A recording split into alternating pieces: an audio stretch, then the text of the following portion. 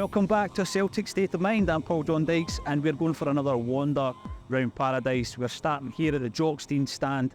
Where else should we start? He's the man that brought the European Cup back to Scottish soil for the first time, 1967, first British football team to win the European Cup. And tomorrow night we're back in European Cup action against Feyenoord. We had one final game to prepare for that, and that was against Dundee at the weekend. Packed Celtic Park. How did it go? Well, I remember at half-time I was looking at that game thinking, bit of deja vu from the St Johnstone game, where Celtic had the domination of possession. We created a few good chances, but we couldn't get the breakthrough. Was it going to be the same old story, or could we do something in the second half to make that big breakthrough? Well, you know what happened. So let's have a look through the team and some of the dilemmas that Brendan Rodgers might be facing for tomorrow night in Rotterdam as we face our old friends Feyenoord. Hopefully we can avenge that 1970 European Cup final defeat at the hands of that great Dutch side back then. So in goals, Joe Hart, I've been saying it all week, he'll be bored of me saying this. He's concentrating on being a goalkeeper, and he's shown us why he was England's number one. He's shown us why he's got loads of top flight experience in England and in the Champions League. He's not relying on being a sweeper keeper, and when he's called upon, he's making the big saves. He did it. Nat Phillips won a header, but it bounced into the possession of the Dundee forward, and Joe Hart was there to make the big save. And I think the confidence that he has shown and the leadership that he's shown is at just the right time, because we've got a central defensive partnership that seems to be changing game on game. And you've got to ask the question, who do we start against Feyenoord in Rotterdam tomorrow night? It's a big question, one of the biggest kind of dilemmas I think that Brendan Rodgers is going to have, because we started with Nat Phillips, quite rightly I think, and he came off at half time having rolled his ankle. Now after the game, Brendan Rodgers wasn't too concerned about the severity of the injury. Alongside him, Liam Scales played again a really confident performance, and he set up a brilliant goal for Dyson Maeda that was unfortunately chopped off. Scales showed how you can cut through the packed defence though, and I think that was so pivotal when he made that pass to Maeda. What a touch by Maeda, great finish as well. He's an instinctive player, isn't he? If he doesn't have time to think, he does it well.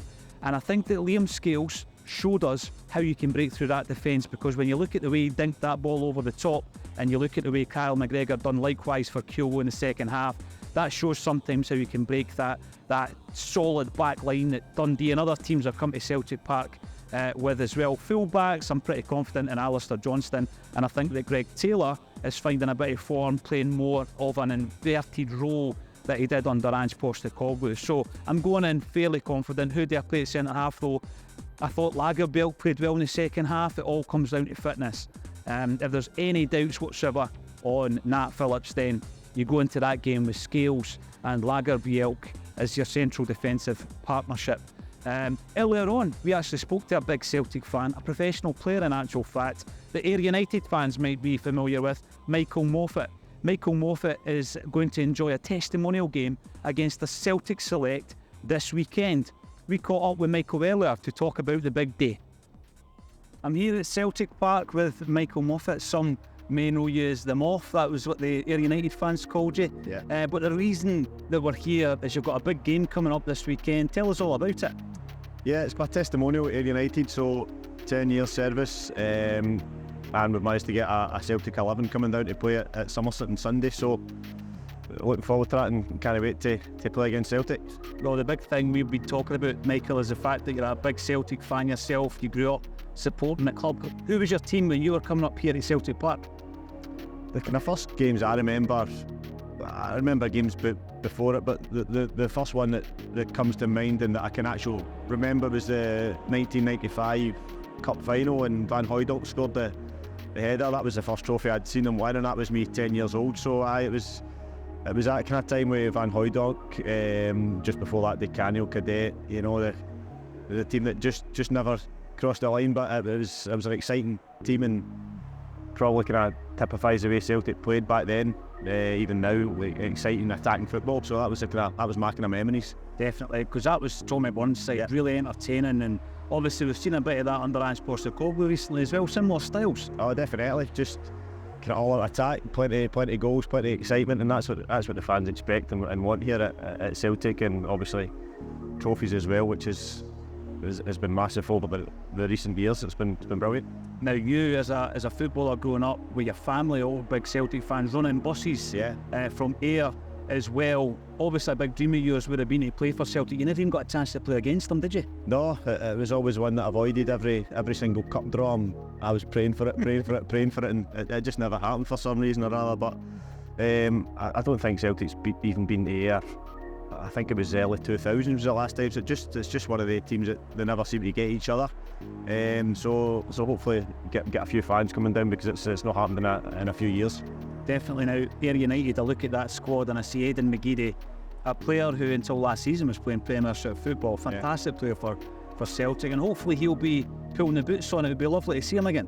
Yeah, well, I did a thing with him a couple of weeks ago, just to kind of promote the testimonial, and it'd be a good thing. That was a kind of connection there with the Celtic and Ayr, so hopefully he's still getting the magic in his boots. I think he's the same age as me actually, so he's done okay for himself. You know, when you look at the modern game, loads has changed for the better, but one of the big things is testimonials used to be quite a regular thing, Michael, but that's dying out with the modern game. What a sense of loyalty you've shown to that football club to be given a testimonial. Yeah, well, I grew up in there, so there was always a connection there. Even when we played boys club, they gave us free season tickets. Obviously we were playing on a Saturday morning, so it was hard to get to Celtic Park back then, so I would go and watch them if I had nothing else to do, and I always a connection being local and staying there, so I definitely. But yeah, 10 years, it's usually a year or two here and there before you move on, so I was just enjoyed it. I was local, not far to travel, so it was handy.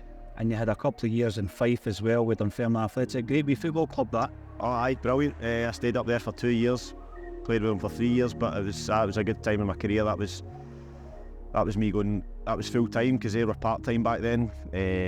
Dunfermline were full time, so I think going there it certainly made me a much better football player, and I went back to it after that when they were full time. So no, I loved my time up there. Won the league with them. So great memories. 10 years at a football club, over 100 goals. This is going to be the last time you pull on the jersey. How emotional is it going to be? I've not really thought about it, to be honest. But I think it will be with all the family there, all the friends there, and that connection with Celtic there as well. So it'll be an emotional day, but one I'm looking forward to, and we just can't wait for it to happen now.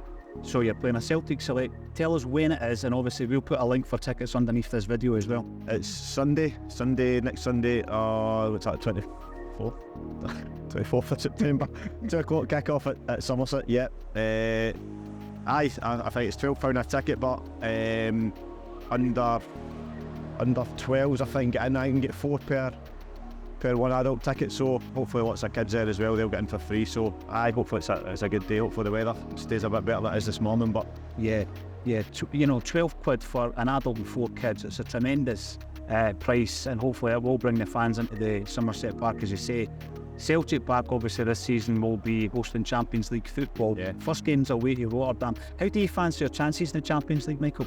I think it's a good group. I think obviously I was watching the draw live, and you're kind of seeing some of the pairings in there. Obviously the big boys are out, and you're thinking that'd be a glamour tie, but I think this is, I'm not having people say it's an easy group, because it's obviously some big hitters in there, but I think there's definitely a chance to get top 2 or the third at worst to stay in Europe after Christmas. I think that's got to be the objective. So some big games in there, but some games that I think we can go and get results in.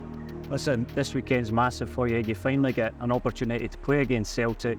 I'm hoping it's the each and you get a hat-trick, Michael. All the very best this week. Thank you. Thank you. So Michael Moffat, big Celtic fan who never got a chance to pull on the hoops, didn't even play against Celtic, but he will be playing against Celtic in his final appearance for Ayr United in the testimonial this weekend, and the ticket link for that is underneath the video. We move into the midfield for tomorrow night. Callum McGregor, back to something like his best. That pass to Kyogo for the goal was absolutely sublime, I felt. And I think that the thing with McGregor is he's been given a wee bit more freedom. It looked to me, without the inverted full-backs, that he was doing a lot of work and not getting a lot of the possession, not being creative as a result of that. The midfield was for me, it was being crowded out. And now that we're kind of returning back to the inverted full-back role, then I think McGregor has shown a wee bit of the form that we're used to actually under the captain. So he was back to his best. Matt O'Reilly scores another goal. That was the area of his game that we kept talking about last season. And when Brendan Rodgers came in, Matt O'Reilly was a player that I said I thought Rodgers could take to another level, and a part of that would be getting in amongst the goals. He's spoken about it himself, and he continued his good goal scoring form at the weekend as well. Now, the big question though in the midfield is who plays alongside McGregor and O'Reilly, and Turnbull started the game. You can't really argue with Turnbull's contribution though, because it was him that won the penalty, that got us the breakthrough, and it was a big breakthrough against Dundee. However, I think at that spot, at that particular time, Celtic were already looking to take him off, and when he did come off, unfortunately for him, Hatate for me brings something completely different, a different dynamic to the midfield. We look like a different animal when he's on the park, and I know that the data analysts are going to tell me that he doesn't do enough tracking back, he doesn't do enough defensively. That is key in a game of this magnitude in the Champions League. However, look at what he does bring to the table, what he does bring to the game, and I don't think he's droppable. I think he's got to start tomorrow night in Rotterdam. The wingers, you looked at the wingers, Yang gets an opportunity due to the unfortunate injury of Abada, and I thought he'd done well. He's willing to take on players. I think he's our only winger, although we've not seen the new ones a great deal yet, the only winger that can take on a player. Abada and Maeda rely on their pace and they get past the players that way.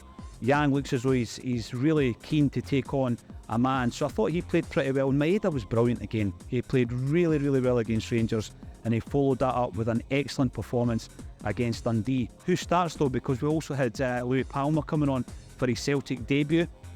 He was one of 3 debutants and he played pretty well, but I think Yang done enough to keep a hold of that jersey, so we'll see how that goes tomorrow night when the team is announced. And up top we got a wee bit of a concern, didn't we, with Kyogo with his injury to the shoulder. It looked as though he went into the dressing room to get the shoulder popped back into place, then he comes on and scores another sublime goal for Celtic as well, back in amongst the goals. I am concerned in that position though. We spoke about it before. I would have felt so much better in the transfer window if we brought in another striker, just in case something like that happens to Kyogo and you need to rest him, even for half a game, a couple of games, but certainly for a big game like tomorrow night. I don't think we're the same side without Kyogo. We need him at the helm. He's a talisman. So that, for me, is how we would line up tomorrow night. How do I fancy our chances? I've said this before, I think if we get a draw in Rotterdam, that's a fantastic result. They are a very good side. They're scoring a lot of goals, and I'm looking forward to welcoming them back over to Glasgow. We've got a big game coming up, actually, a Celtic State of Mind. We were asked, as well as tomorrow night, we were asked to bring a Celtic team together to play St Roch's. You'll know the links between St Roch's and Celtic Football Club. They celebrated their centenary season in 2020, but as everybody knows, we were all locked away. We were, suffering the COVID. Unfortunately, we were suffering the COVID pandemic at that time. So now we're doing a testimonial game for St Roch's. There's going to be a St Roch's select playing a Celtic select on the 15th of October at James McGrory Park, because obviously we signed the greatest goal scorer in British football in history from St Roch's, from the Candy. We've already announced 1XL, and that 1XL is none other than Charlie Mulgrew. Charlie Mulgrew has just retired from professional football. I'm pretty sure he'll be captain in the side, and we're going to build our team around about him. Keep an eye on the socials for other announcements, because we're going to have, 15, 16, maybe a few more players to announce. It's going to be a very strong side, and you can go up to James McGrory Park to get your tickets for that fantastic occasion as well. Just as I drew into the car park at Celtic Park, as has been happening over the last few weeks, a Celtic supporter came up to me and he gave me a number of items that were for wee Jamie Tierney and for the Sell the Jerseys initiative. So thanks everybody who's got involved. Again, the details for that initiative are underneath this video. All that's left for me to say, join us tomorrow at 12:30 for a Celtic State of Mind.